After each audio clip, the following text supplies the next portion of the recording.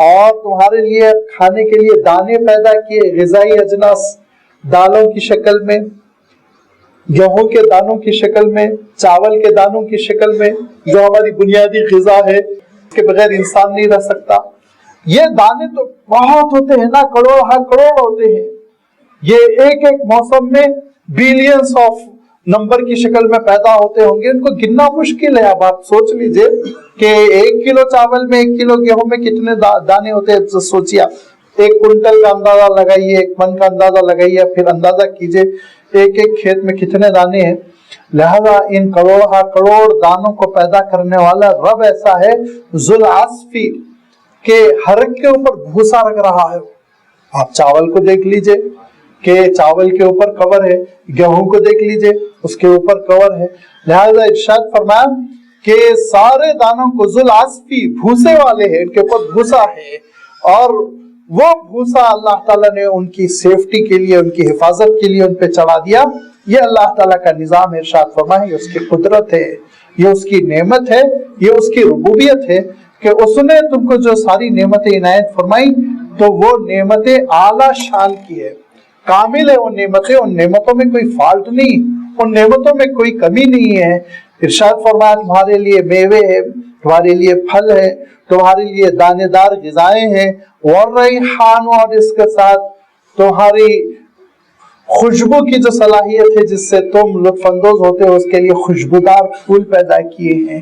کتنے پھول ہیں جن کا مصرف صرف اور صرف یہ ہے کہ وہ خوشبو دیتے ہیں، گلاب سے لے کر موتیا آپ دیکھ لیں، یہ کیا کام آتے ہیں، نہ اس کو ہم کھاتے ہیں نہ ہمارے پکوان میں استعمال ہوتے ہیں، مگر خوشبو کے ذریعے سے انسان لطف اندوز ہوتا ہے۔ اور ریحان ان پھولوں کو کہتے ہیں جن پھولوں کی خوشبو سے انسان استفادہ کرتا ہے۔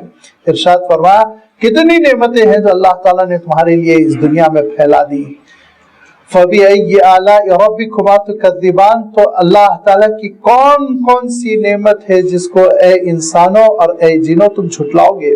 اعلیٰ اس کا ترجمہ ہم نعمتوں سے بھی کر سکتے ہیں، اعلیٰ جو علیون کی جمع ہے اس کا ترجمہ اللہ تعالیٰ کی قدرت سے بھی کر سکتے ہیں، اس کی خوبیوں سے، قدرت کے کارناموں سے، کسی بھی چیز سے ہم اس کا ترجمہ کر سکتے ہیں۔ لازمی بات ہے نعمت خود عربی لفظ ہے تو یہ ٹوٹل نعمت ہی کے معنوں میں آ جائے ایسا نہیں ہے، ضرور کچھ نہ کچھ ڈفرنس ہونا چاہیے۔ تو اس کے اندر علیون جمع اعلیٰ میں اور نعمت کی جمع نعمن میں جو بنیادی فرق ہے وہ یہ کہ ہر اس نعمت کو جس میں قدرت کی کاریگری نظر آتی ہو، اللہ تعالیٰ کی ایک عظیم الشان قدرت جھلکتی ہو، جو قدرت کا کارنامہ ہے، وہ قدرت کے کارنامے کے لیے یہ لفظ استعمال کیا جاتا ہے۔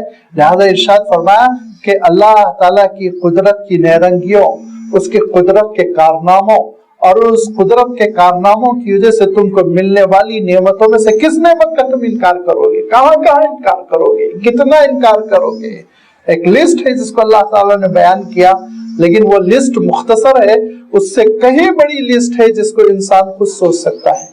کتنے من اناج وہ کھاتا ہے اس دنیا میں، کتنے پھل کھاتا ہے، کتنی سانس لیتا ہے، کتنی ہوا کو استعمال کرتا ہے، کتنا پانی وہ پیتا ہے، کتنے اس کے آرگن کام کرتے ہیں، کتنا اس کا دل دھڑکتا ہے، کتنا اس کے گردے کسی سیال مادے کو پیوریفائی کرتے ہیں، اور کتنا اس کا خون اس کے رگوں میں دوڑتا ہے، کیسا اس کا دل جو ہے پمپنگ کرتا ہے اوپر سے نیچے تک، لگاتار کیسے پمپنگ کرتا ہے، 10 منٹ کے لیے تھکتا نہیں، رکتا نہیں۔